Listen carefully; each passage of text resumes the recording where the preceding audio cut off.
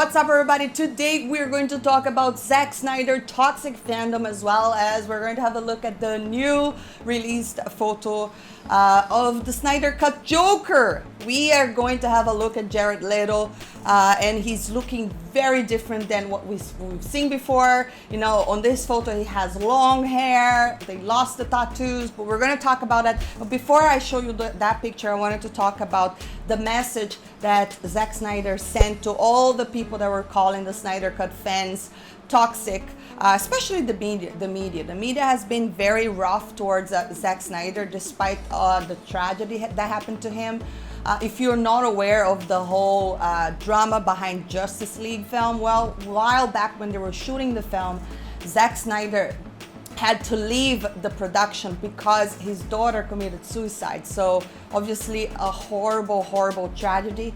And I would say that the media was not very kind to him because, you know, if a director needs to abandon a production because of such a serious matter like that, and then Warner Brothers comes into the picture and completely changed his vision. You know, the movie was pretty much, he shot I think 90% of it, something like that, and then they brought in another director, and in order for a different director to have a director credit, that director needs to shoot at least a little, I think 51% of the film, so they have to do a bunch of reshoots. And that's why we have the whole Superman with the horrible CGI, where because Henry Cavill had a mustache because at the same time he was filming Mission Impossible. He had a contract with Mission Impossible, so he couldn't shave it off, so they had to CGI, and that was the awful result that we had. And it's just totally unfair to Zack Snyder and unfair to the fans as well.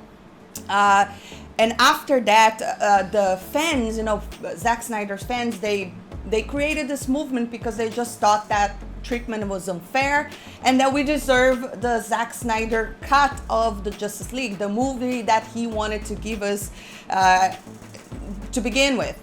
And I gotta say, I really admire Zack Snyder. I may not always agree with his visions and choices for characters, but I cannot deny that he's extremely talented, especially when it comes to shooting action scenes. You know, Man of Steel has the best Superman action scenes I have ever seen. Batman v Superman has incredible visuals. Like I said, I really like his interpretation of Batman. I'm not 100% on how, I'm not 100% in agreement with him when it comes to Superman, because I think Superman should be a little bit different. But I have nothing but respect for Zack Snyder, and I'm beyond excited to watch the Justice League cut. But here, let's read this article. Zack Snyder rails against calling his Justice League fans toxic. It's a bunch of BS. I'm not sure if you guys are aware, but the Snyder Cut movement even raised tons of money for suicide prevention, and this is one of the reasons that he cites. How can you call these people toxic? Now, of course, generally speaking, the fans have been doing a lot of good things, working with charity, and they pretty much brought this movie back to us. You know, if it weren't for the Snyder Cut fans, we wouldn't be getting to see Zack Snyder's final vision for this film, because there's a lot of things that were set up in Batman v Superman that it was completely ignored in Justice League film. And now with HBO Max, we will have a chance to see a 4-hour cut. I thought it was just going to be a very long film, but no, it's just going to be a 4-hour film that I think they're going to divide into chapters. But anyways, let's see what he said over here. So Zack Snyder, he was interviewed by a Cinema Blend, Sean O'Connell, and I believe that he was addressing the whole toxic fandom, because there's obviously the internet, at the same time that you have the fans that are doing the good things, you also have those fans that are really vicious, that if you don't like the Snyder Cut movement, or if you don't like Zack Snyder, it's your right to not like him, and it's your right to not even be interested in seeing his vision. So, and it's also your right to put it out there on Twitter. I'm not interested in Zack Snyder's film, and the Snyder people that are absolutely fanatic shouldn't be there attacking these people, because it should not matter to you. The Snyder Cut movement is something that is so great that those people that are actually attacking others because they don't agree with their own vision. It just makes the fandom bad. And of course, this is definitely a minority of people, and those are the ones that take the headlines. Those are the ones that the media chooses to focus on and call all the fandom toxic, and it's just terrible. But this is what Zack Snyder said. I just think that's sour grapes. There's really no other way to say it. Snyder said about his fans being labeled toxic. We know the people who were the architects of that narrative, and it's pretty obvious that what their agenda is. Those are people that have been held back from confronting by wiser people in the room, because I'd love to get at some of these characters. And I know Zack Snyder, he has, he always says stuff. You could tell that he's not really the Hollywood, I would say, let's call him that he's not very PC, you know. He says whatever he needs to say, and this is something that I really admire, especially if you work in Hollywood. And I believe that's one of the reasons why a lot of the media is against him, you know, because it feels like these people, they just want to live in this boring world where everyone's agrees, yes sir, whatever you say. And I don't think that's interesting, you know. It's interesting to see different visions, even if you don't agree. It's just interesting. It excites your brains to actually think critically. Anyways, let's go back into focus here, because I'd love to get at some of these characters. Some direct conversation would be nice, just to say, one, you don't know shit about what you're talking about. There's a few of these guys where I could just get a list of everything they've ever said that they thought was right, and I could tell them every single thing they've said is wrong. And he continues, I would love the opportunity to just say to the world and to fandom in general who these fakers are and what would be done to them or with them. It's just a bunch of BS in regards to that toxic fandom, or it's a win for a toxic fandom again. In what words? Does this toxic fandom raise hundreds of thousands of dollars for suicide prevention? Hundreds of thousands of dollars. So he has a complete point here. How is that toxic fandom? They've probably achieved more than any other fan base and done more good than any other group. So I don't understand. And I have to agree with him here. You know, I'm sure there are some people within his fandom that are completely disrespectful. There are the ones attacking others, but that doesn't mean the entire fandom have the same mind, you know? Just because you have a few Rotten Tomatoes there does not mean that every single person that wants to see the Snyder Cut happen are toxic, you know?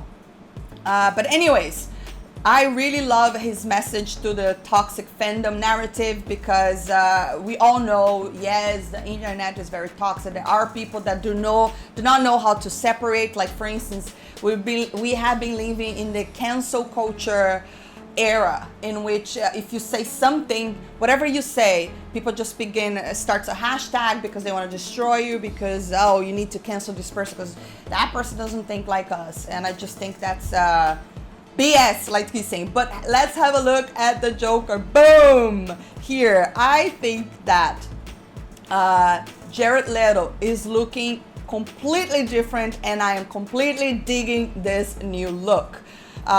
So this picture where he's sitting, first and foremost, he has long hair. So he does not look like a gangster. I think the last time we saw the Joker was Suicide Squad. I don't even remember. And it was just like a joke. The Joker is that kind of character that you just want to see so much of him. And then he's in a movie for like, I don't even know, not even a minute. It's just extremely disappointing. And not even that, like, I did not really dig the gangster look, the whole tattoos, the short hair, and this over here, it's really getting my attention. And this is the kind of stuff that I really admire Zack Snyder, because I might not even like the film. I'm not saying I'm gonna like it, but I just find his vision, the way that he sees these characters, interesting, because I am totally digging this crazy look for the Joker, because the Joker is indeed a very insane character.